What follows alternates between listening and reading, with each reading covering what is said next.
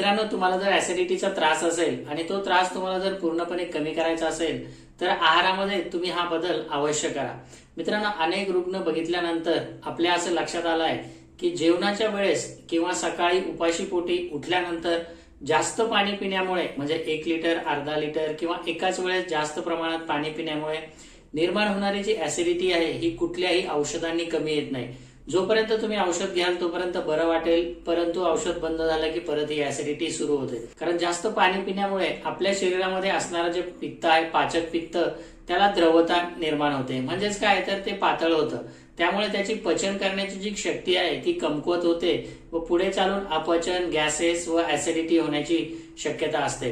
त्यामुळे जर तुम्हाला ऍसिडिटीचा त्रास असेल आणि ही जर सवय तुम्हाला असेल की जेवणाच्या वेळेस किंवा सकाळी उपाशी पोटी जर तुम्ही जास्त पाणी पित असाल तर ही सवय तुम्ही आजच बंद करून टाका. नाहीतर कितीही प्रयत्न केले तरी तुमची ऍसिडिटी कमी होणार नाही.